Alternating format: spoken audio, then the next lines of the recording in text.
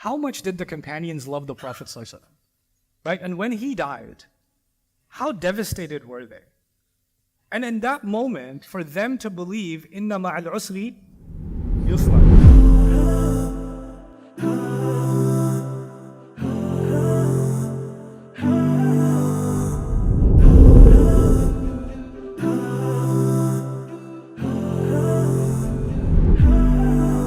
Yeah, okay, I'll select. Yeah, the one whose friend is picking up her hand, yes.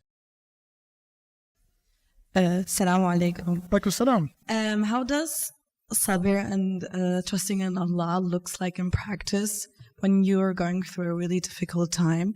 Like say you hoped and planned for something and it didn't work out, and now you're like just overpowered by your emotions, and you try, like you know that Allah has the best plan for you, but in that moment it's just so hard to realize. And what can like one do to realize that? Okay, so I don't want to ask too much because it's personal, right? But I'm going to give you two scenarios. I'm not going to probe. You were applying for a job, it didn't work out. That's a matter of risk, isn't it? Right? And you were really hoping it would work out, or you were really hoping you would get accepted into the university. You didn't get accepted into the university, right? Those are the kinds of tests where, yeah, you could feel depressed, you could feel sad, but you can't live in that sadness. And feeling those emotions at first doesn't mean you don't have sabr and tawakkul. You can have those feelings, and you can feel those emotions, and then you can pick yourself up and inshallah try again, right? So you can have a dip, you can have a low and a high. That's being human, right? Allah didn't create us angels.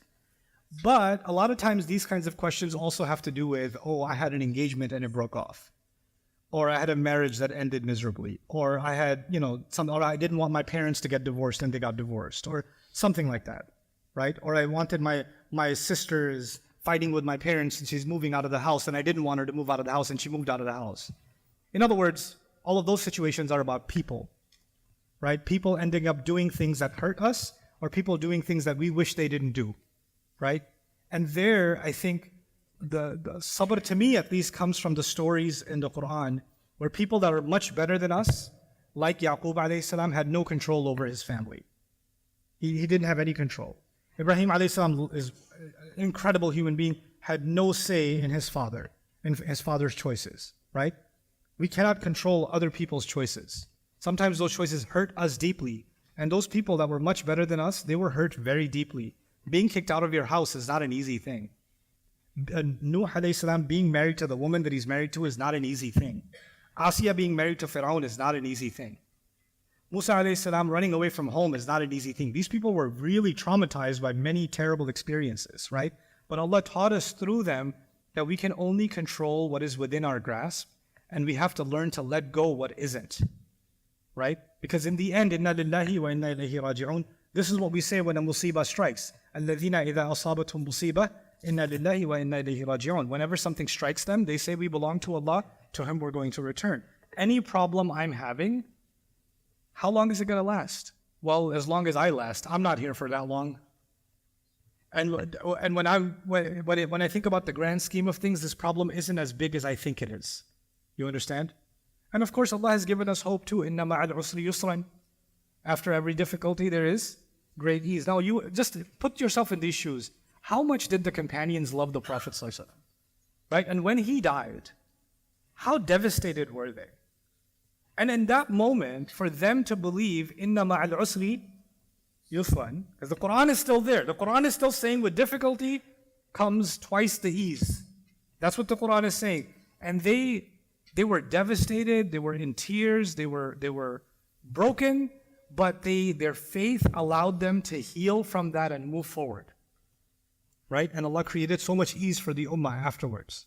Right? So that's just this life. It's just going to come with trials and difficulties. Allah has made us mentally prepared that life isn't going to be easy. He said it many, many times. And we all have trials. Don't believe somebody else has an easy life because they have an easy life on Instagram or on TikTok, right? Or somebody just, those influencers say, I'm going to talk to you about the blessings of Allah subhanahu wa ta'ala. That doesn't mean they are just showering in blessings every morning and they have no issues. The moment the recorder goes off, what is that? You know? So we unfortunately, sometimes we run after things that are not as real. They're actually fake. But we believe them to be real because somebody else has them, so that they must not have any issues. They must not have any challenges. You have things that are causing you hurt. The person next to you has things that are causing them hurt. I have things that are causing me hurt. Everyone has them. Everyone has to deal with their own pain. And so Allah tests people differently. But the problem is we don't see the other person's trial, or we don't see that their trial is exactly the same as ours. So we start saying, how come Allah is not testing them? He's only testing me. Or how come I couldn't have it easy like they have it easy? You don't know if they have it easy or not. You don't know how. You don't know that, right? So these things give us a little bit of comfort that whatever trial Allah has picked for me, whatever loss Allah has picked for me, whatever experience Allah has picked for me, is something I'm supposed to learn from. Learn and grow. That's it. Keep moving forward.